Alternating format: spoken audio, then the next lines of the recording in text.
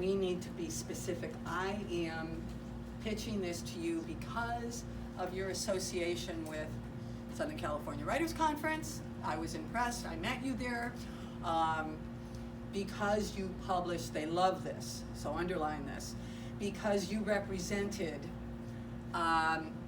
author's name, and I loved that book. Now, how do you know that that agent represented the author? Well, if you go to Amazon, and I know that a lot of people don't like Amazon because it's not indie bookseller. I happen to really like Amazon because I can download samples for nothing to determine whether or not I want to. How many download samples on Amazon? Oh, please do. Please do. So when you go to an agent's website, they will have a list of books that the agency, not necessarily the agent, but that the agency represents, okay?